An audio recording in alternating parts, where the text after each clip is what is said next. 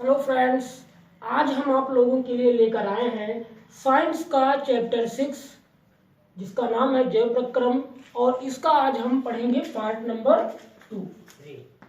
तो यहाँ पर इसके पहले वाले वीडियो में हमने बताया था कि जैव प्रक्रम में क्या क्या बेसिकली हमको पढ़ना है और उसमें आपका जो पहला पॉइंट था वो था पोषण। तो इस टॉपिक में आज हम पढ़ेंगे पोषण और उसके प्रकार, nutritions and types of nutrition. तो चलिए स्टार्ट करते हैं आज की अपनी ये वीडियो। पोषण की परिभाषा क्या है? वह विधि जिसके द्वारा सजीव पोषक तत्वों को ग्रहण करता है और उसका उपयोग करता है पोषण कहलाता है। अब हमारी बात को ध्यान से समझिए। पोषण क्या होता है? पोषण का मतलब होता है कि जो भी हम भोज्य पदार्थ को अपने शरीर में ग्रहण करते हैं और ग्रहण करने के बाद उन पोषक तत्वों को हमारे शरीर में उन पोषक तत्वों का पाचन होता है। पाचन के बाद उन जो भोजन के कण होते हैं उनका अवशोषण होता है और अवशोषण के बाद जो पदार्थ हमारे शरीर को लगता है, अवशोषित किया जाता है, वो रक्त के द्वारा हमारे शरीर की संपूर्ण कोशिकाओं तक पहुंच जाता है और ये संपूर्ण प्रक्रिया ही क्या कहलाती है? पोषण। दूसरे शब्दों में, ये तो परिभाषा आपकी लिखी हुई है, दूसरे शब्दों में हम कह सकते हैं कि भोजन को ग्रहण करना, उस भोजन का अवशोषण करना और शरीर द्वारा अनुरक्षण के मतलब ऊर्जा के रूप में उसका उपयोग करना ही क्या कहलाता है? पोषण कहलाता है। तो ये टॉपिक आपका क्लियर हो गया होगा। अब हम बात करते हैं पोषण के प्रकार की। तो पोषण का जो प्रकार है वो ओनली 2 टाइप्स होता है। पहला है स्वपोषी पोषण और दूसरा होता है, अब यहां पे बात आती है कि पोषण के प्रकार। तो पहला आपको दिख रहा है स्वपोषी पोषण और दूसरा जो है वो है परपोषी पोषण।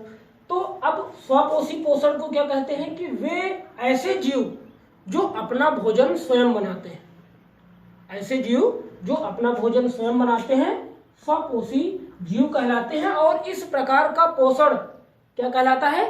स्वपोषी पोषण कहलाता है। इसके एग्जाम्पल में हम लिख सकते हैं हरे पेड़ पौधे। ये क्या करते हैं? हरे पेड़ पौधे अपना भोजन स्वयं बनाते हैं और अपना भोजन स्वयं वही बना सकता है जिस जीव के अंदर फोटोसिंथेसिस होता हो, यानी कि प्रकाश संश्लेषण की क्रिया होती हो, वही जीव स्वपोषी पोषण के अंतर्गत आते हैं। इसमें कुछ जीवाणु और हरे पेड़ पौधे आते हैं। तो प्रकाश संश्लेषण की प्रक्रिया को हम अगले टॉपिक पे जब अमीबा में पोषण पढ़ाएंगे आप लोगों को, तो वहां पे आपका ये प्रकाश संश्लेषण का टॉपिक कंप्लीट हो जाएगा। तो हरे पौधे जो हैं वो फोटोसिंथेसिस के द्वारा प्रकाश संश्लेषण को करते हैं। उसमें थोड़ा सा टॉपिक आपको बता देते हैं। जैसे मान लीजिए ये लीफ है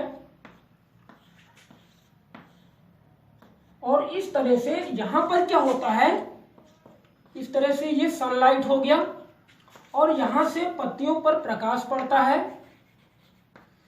और यहां से क्या होता है, यहां से H2O मिलता है, CO2 वातावरण से मिलता है और इन पत्तियों की सतह जो है यहां पर क्लोरोफिल पाया जाता है।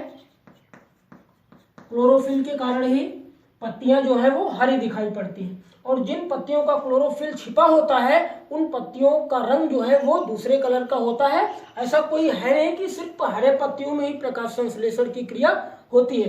कुछ पौधों की पत्तियां नीली भी होती हैं, पीली भी होती हैं, तो उनमें भी प्रकाश संश्लेषण की क्रिया होती है, लेकिन उसमें जो क्लोरोफिल है वो पत्तियों की सतह के नीचे छिपा हुआ होता है।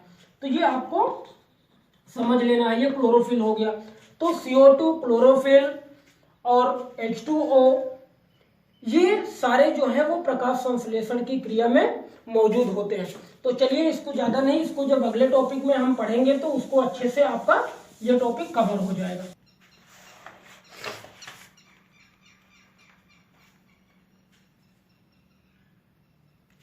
अब स्वपोषी पोषण आपका कंप्लीट हो गया। अब यहाँ पे बात करते हैं परपोषी। पर का मतलब ही होता, देखो कोई भी हेडिंग हो जिसे प्रकाश संश्लेषण, तो प्रकाश संश्लेषण में प्रकाश लिखा हुआ है, इसका मतलब कि प्रकाश संश्लेषण में प्रकाश जरूर ही होगा, प्रकाश संश्लेषण की क्रिया में प्रकाश जरूर होगा, उसके हेडिंग से ही पता चल रहा है। उसी तरह परपोषी, पर मतलब दूसरे पर का मतलब दूसरे पर, मतलब कि जब कोई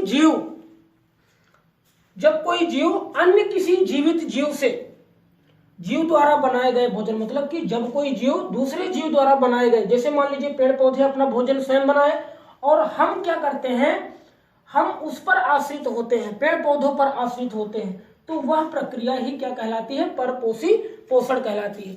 अब आपको ये टॉपिक जो है वो क्लियर कर दें कि जब कोई जीव अन्य जीव द्वारा बनाए गए भोजन से पोषण प्राप्त करता है, उस जीव को परपोषी जीव कहते हैं, और इस प्रकार के पोषण को हम क्या बोलते हैं, परपोषी पोषण।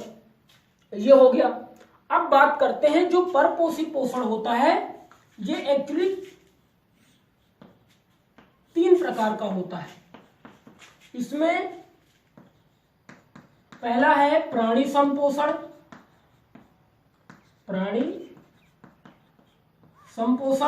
और दूसरा आता है मृतजीवी पोषण,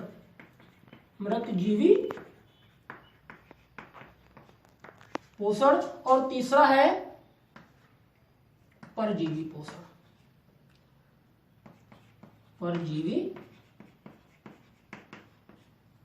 अब चलिए इसको समझ लेते हैं। प्राणी संपोषण में क्या होता है, इसमें हम भोजन मतलब कि संपूर्ण भोज्य पदार्थ को ग्रहण करते हैं,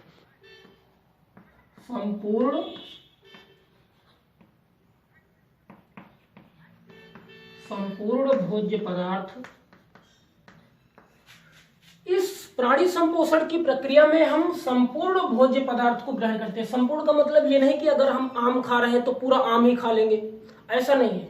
मतलब कि जो भी भोजन कर रहा है, जैसे हम घर पे जो प्रतिदिन भोजन करते हैं तो उस भोजन के मतलब संपूर्ण भोज्य पदार्थों का हम ग्रहण करते हैं। उसके बाद इसमें क्या होता है, उसका पाचन होता है, फिर अवशोषण होता है, अवशोषण के बाद फिर वो शरीर के अंदर रक्त कोशिकाओं द्वारा शरीर में पहुंचता है। तो ये सारी प्रक्रिया जो पोषण की है वो संपूर्ण भोज्य पदार्थों का ग्रहण करते हैं। अब बात करते हैं प्राणी संपोषण में, आप सिर्फ इतना लिख सकते हो कि प्राणी संपोषण में प्रत्येक जीवित जीव संपूर्ण भोज्य पदार्थों का अंतर्ग्रहण करता है। अब बात करते हैं मृतजीवी पोषण की। मृतजीवी में क्या होता है कि इसमें जीव मृत जीवों के शरीर से अपने पोषण को प्राप्त करता है या सड़े गले पदार्थों से अपना भोजन प्राप्त करता है। इस प्रकार के पोषण को क्या बोलते हैं, मृतजीवी पोषण। अब इसमें अगर हम बात करें तो इसमें मानव आएगा और आएगा अमीबा। मृतजीवी में आता है फफूंदी और कवक।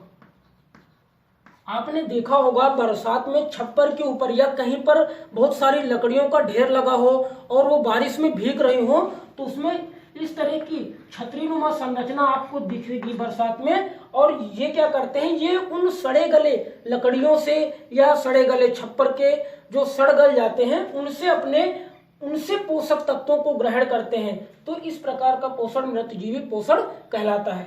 अब बात करते हैं परजीवी।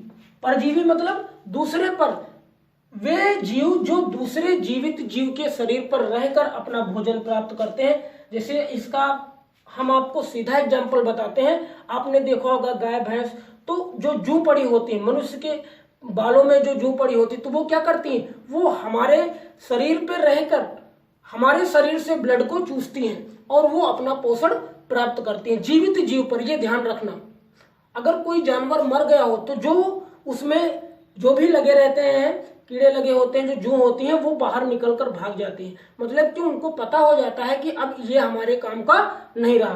तो प्रत्येक जीवित जीव के शरीर पर रहकर दूसरे जीव के जीवित शरीर पर रहकर वो भोजन को प्राप्त करते हैं। इसमें फीताकृमि आता है, ये शरीर के अंदर होता है। फीताकृमि, जू, अमरबेल, इस टॉपिक में आपको पोषण की परिभाषा याद करनी है। ये दिख रहा है आपको, फीताक्रमी जू अमरबेल। तो इसमें सिर्फ आपको अगर पेपर में पूछता है तो क्या पूछेगा कि परपोषी पोषण के उदाहरण बताइए। तो ये 3 टाइप्स होंगे और उसके उदाहरण पूछता है कि अमीबा किस पोषण में आता है, प्राणी संपोषण में या मृत जीवी पोषण में। तो इस तरह से ये आज का आपका पार्ट 2 जो टॉपिक है वो कंप्लीट होता है। और अगला वीडियो हम आपके लिए अमीबा में पोषण और प्रकाश संश्लेषण की प्रक्रिया को समझाएंगे और उस पार्ट में आपको पूरा प्रोसेस समझ में आएगा। Thank you.